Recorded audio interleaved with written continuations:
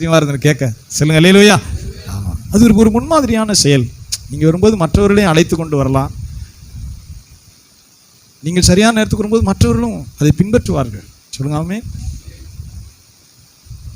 அது நம்ம ஆண்டவருக்கு செய்கிற ஒரு மகிமையான காரியம். ஊழியம் செய்கிறோம், நம்மளே அலட்சியம் பண்ணி ஒரு 11 போவோம், ஆராதனைலாம் பாட்டு ஒரு மல்லு கட்டி நான் அப்படி போய் நடந்து பாட்டு பாடி எனக்கு சோர்வு முடியல, ஆண்டவரே எங்களுடைய ஜனம் ஏன் இப்படி இருக்குது தெரியல, எனக்கு பிரசங்கிக்க முடியாத அளவுக்கு சோர்வு. அல்ப காரியம் ரேஷன் கடைக்கு மனுஷன் விழுந்துடுச்சு ஓடுறானே, பிள்ளைகளை கொண்டு போய் பள்ளிக்கூடம் கொண்டு போய் நிற்கிற, அப்படி படித்தவன் வேலை கிடைக்குது. நான் அடிக்கடி நடப்பேன், படித்து சர்டிஃபிகேட் வச்சிருக்கானே அவ்வளோ பேருக்கு வேலையை கொடுக்குறேன். 8ஆம் கிளாஸ் என்னத்தை சொல்ல, சின்ன பிள்ளைலாம் பள்ளிக்கூடத்துக்கு அதே மாட்டிக்கொண்டு எவ்வளோ உற்சாகமா, எவ்வளோ ஒரு அதில் என்ன வரப்போகுது. +2 படித்து அதுக்கப்புறம் 5 வருஷம் அதுக்கப்புறம் வச்சு பேப்பர் வச்சுருக்கேன், யார் வேலை கொடுக்குறா, எவ்வளோ பாடுபடுறோம். சொல்லுங்க ஆமென். நீங்கள் தீர்மானம் எடுக்காமல் ஒன்றுமே நடக்காது. லாஸ்ட்டு எனக்கு தவிர்க்க முடியல, ரொம்ப கஷ்டம் அப்படின்னா பிரச்சனை இல்லை, முடியலை அது இல்லைன்னா போவோம், பெருமையாக போவோம். அப்படின்னா எனக்கு ஒரு பாஸ்டராக இருக்கிறது ரொம்ப கஷ்டம். நேற்று உபவாசம் இருந்து காலையில் எனக்கும் சுகர்லாம் இருக்குது, பிளவீனம் இருக்குது, முடியல, ஆனாலும் உபவாசம் இருக்கிறேன். சனிக்கிழமை உபவாசம், ஞாயிற்றுக்கிழமை, புதன்கிழமை உபவாசம். சும்மா பைபிள் எடுத்து பரட்டி பிரசங்கம் பண்ண பழக்கம் இல்லை, முடியல. 1 மணிக்கு மேலாம் மயக்கம் வருது, நிற்கிறேன், கால் வலிக்குது. காலையிலேருந்து உபவாசம் இருந்து தான் ஒரு பிரசங்கம் பண்ணுறேன். சொல்லுங்காமே. மழை பெய்யும் போது உங்கள் பாத்திரம் மூடி இருந்தால் எப்படி நிரப்பப்படும்? யூ ஹேவ் டு டேக் அந்த டெசிஷன். நீங்கள் ஒரு நல்ல தீர்மானத்தை எடுத்தால் தான் உங்கள் பிள்ளைகள் ஆசீர்வதிக்கப்படும், உங்கள் பிள்ளைகள் அதை கைக்கொள்ளும். தயவுசெய்து சொல்லுகிறேன், கிறிஸ்தவர்களை கர்த்தர் ஆசீர்வதிக்கிறதுக்கு ஒழுங்குகளை வைத்திருக்கிறான். சொல்லுங்க ஆமென். தயவுசெய்து புரிந்து கொள்ளுங்க, ஒழுங்குகள். நம்ம அப்படி இல்லை தேஞ்சு போயிடுவோம், அப்படி சபையினா ஒரு 10-5 அப்படி போயிடும். அது கர்த்தர் காரணம், நாம தான் காரணம். சொல்லுங்க ஆமென். ஒழுங்கு இல்லாதவர்கள் ப்ளீஸ் ஒழுங்கு சரிப்படுத்தும். கிறிஸ்தவர்கள்னாவே, கிறிஸ்தவர்கள் அப்படின்னு சொன்னால் என்ன தெரியுமா? டிசைப்பிள் அப்படின்னா சீடன் அர்த்தம். டிசைப்பிள்னா சீடன், அதுலேருந்து வர்றதான் டிசிப்ளின். சொல்கிறாங்க கிறிஸ்தவ பள்ளிக்கூடம் நல்லா டிசிப்ளினாக இருக்கும், கொண்டு சேர்க்குறான்ல. சொல்லுங்க ஆமென். டிசைப்பிள் அப்படின்னா சீடன், ஒழுங்குக்குட்பட்டவன். சீடன்னா ஒழுங்குக்குட்பட்ட, டிசைப்பிள் அந்த வார்த்தையில் தான் வருது. டிசைப்பிள்னா சீடன், அதுலேருந்து வர்றதான் ஒழுக்கம், டிசிப்ளின். சொல்லுங்க ஆமென். 8 மணிக்கு கரெக்டாக வந்துடுவார், 8 மணிக்கு மணி அடிப்பார், கரெக்டாக இருப்பார். 4 மணிக்கு போயிடுவார், அவர் பாடத்தை கரெக்டாக நடத்தியிருப்பார். சத்தமாக சொல்லுங்க அல்லேலூயா. ஏதோ ஒரு சூழ்நிலை முடியலை, அது வேறு. ஆனால் மனசில் போவோம், 11க்கு போவோம்னா உண்மையாக சொல்கிறேன், என்னை பாஸ்டாக இருக்கிறதே ஆண்டவரே துக்கமாக இருக்குது. தயவுசெய்து ஒரு முடிவு எடுங்க. ஆண்டவரே, சூழ்நிலை பிரச்சனை அது வேறு. 10 மணி ஆராதனை, 11 மணிக்கு வர்றாங்க. ஒரு பாஸ்டாக இருக்கிறது ரொம்ப கஷ்டம். சத்தமாக சொல்லுங்க ஆமென். சரி போகட்டும், ஆண்டவருடைய பரிசு. ஏன்னா சபையாருடைய எல்லா ஆசீர்வாதங்களுக்கும் பாஸ்டர் ஒரு முடியல, ஒரு ஆஸ்பத்திரி இருக்காங்க, ஓடுறோம், ஜெபிக்கிறோம். இந்த கல்றார் நீங்கள் எப்படி இருக்கிறது தெரியும், என் சிஸ்டம் பூரா வேலை செய்யணும், அதை ஃபாலோ பண்ணணும். நிறைய நெருக்கடிகள் இருக்குது. இப்படியா அந்த ஊரில் ஒரு அதை வாங்கணும், இதை கட்டணும், கிறிஸ்தவ மக்களுக்காக அதை செய்யணும், இதை செய்யணும். ஒரு பாஸ்டர், தேவன் அழைத்த ஒரு மனுஷனுக்கு ஒரு பொறுப்பு இருக்கு, ஓடிட்டே இருக்கும். சொல்லுங்க ஆமென். கர்த்தர் அழைத்த ஒரு மிஷனரிக்கு அந்த காரியங்களை நிறைவேற்றப்போ ஜெபம் பண்ணணும். கர்த்தருடைய சமூகத்தில் வந்து கண்ணீரோட ஜெபிக்கிறது யார்? நீ ஜெபத்தை விரும்பாதவர் நிறைய பேர் இருக்கிறீங்க. அது என்ன சொல்றது? கண்ணீரோட உபவாச ஜெபம் அப்படின்னா யாரும் வரல. நீங்கள் ஜெபம் பண்ணி அது போராடித்தான் ஆண்டவர் கொண்டு போகணும் திட்டம் வச்சிருக்கிறாரு. ஜெபம் ஒரு வியாழக்கிழமை புதன்கிழமை ஜெபம். பாஸ்டர் மனைவியும் ஒரு 4 பேர் சேர்ந்து ஏதோ ஜெபம் பண்ணிட்டு போவாங்க, நம்ம சும்மா பார்த்துட்டு போவோம். நான் யாரையும் தவறாக சொல்லலை, கொஞ்சம் ஈடுபடுங்க. சொல்லுங்க ஆமென். ஆமாம், உபவாசம் ஜெபத்தின் மூலமாய் தான் உடைக்கப்படும் சொல்கிறார். அதில் பங்கெடுக்க முடியலாம். சிலர் வெளியூரில் இருப்பீங்க, அதெல்லாம் உள்ளூரில் நான் நேராக இருக்குது பாஸ்டர், நல்லா தான் இருக்கேன், ஆனால் வரமாட்டேங்கிற ஆளை சொல்கிறேன். சொல்லணும், பாஸ்டர் கடமை இருக்கு. சொல்லுங்க அல்லேலூயா. உண்மையாகவே சொல்கிறேன், கர்த்தர் நம்மளை ஆசீர்வதித்து செழிப்பாக வைக்கிறதுக்காக மட்டும் அழைக்கலை. நாம் ஆண்டவருடைய பாடுகளிலும் பங்கடையணும். வசனம் சொல்லுகிறது, பாடுகளில் பங்கடைந்தால் தான் அவருடைய மகிமையில் பங்கு உண்டுன்னு சொல்லப்பட்டு. பாடுகளுக்கு பங்கடைந்தால் தான் மகிமையில் பங்கு. சொல்லுங்க அல்லேலூயா. அவரோடு நீங்கள் பாடுபட்டால் அவரோடு ஆளுகை செய்வீர்கள், அவரோடு பாடுபட்டால் அவரோடு ஆளுகை செய்வீர்கள்.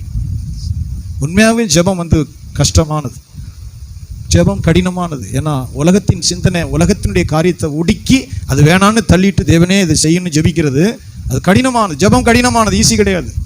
அதுக்கு ஒரு அர்ப்பணிப்பு வேணும்.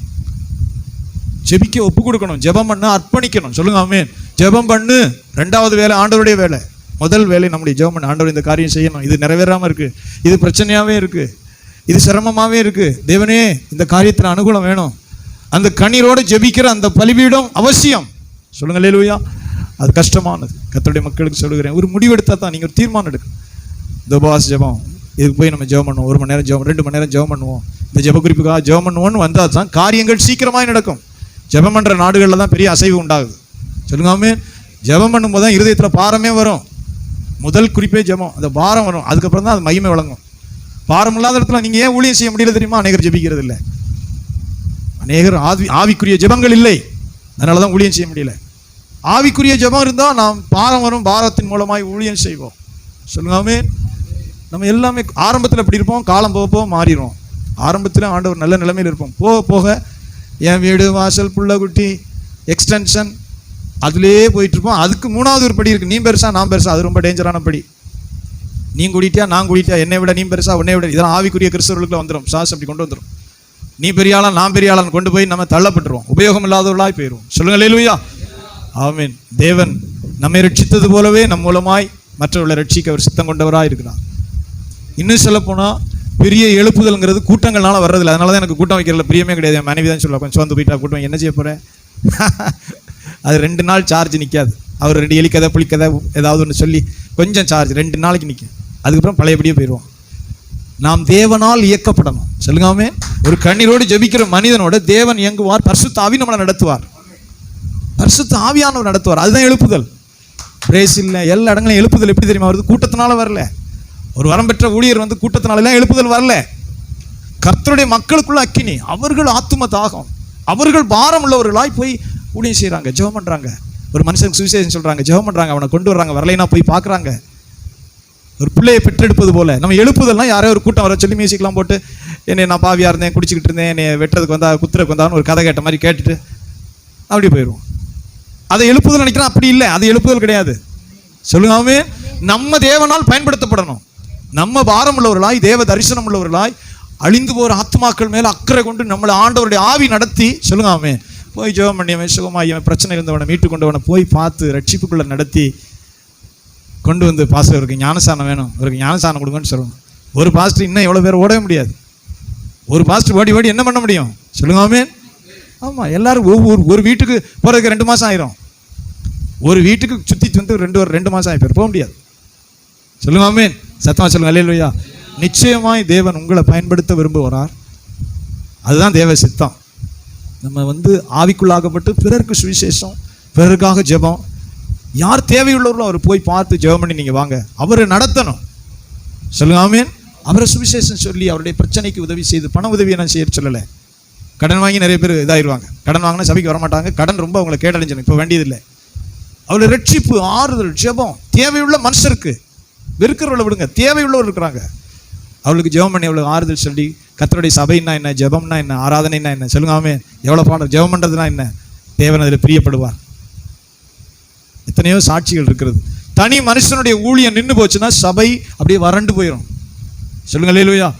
நிறைய கர்த்தருடைய பரிசுத்தவான்கள் சொல்கிறாங்க, நல்ல ஆவிக்குரிய நல்ல பரிசுத்தவான்கள் சொல்லும்போது அப்படியே சபை செத்ததாக மாறிவிடும். அவருடைய ஜெபம் இருக்காது, ஆத்தும பாரம் இருக்காது, பிறருக்கு சுவிசேஷம் சொல்ல அவர்களால் இயலாத சூழ்நிலையில் சும்மா வந்துட்டு அப்படி போயிட்டு இருப்பாங்க. ஏதோ ஒரு கிறிஸ்தவராக இருப்பாங்க, அவர் கிறிஸ்தவராக இருக்கிறார், அவ்வளோதான்.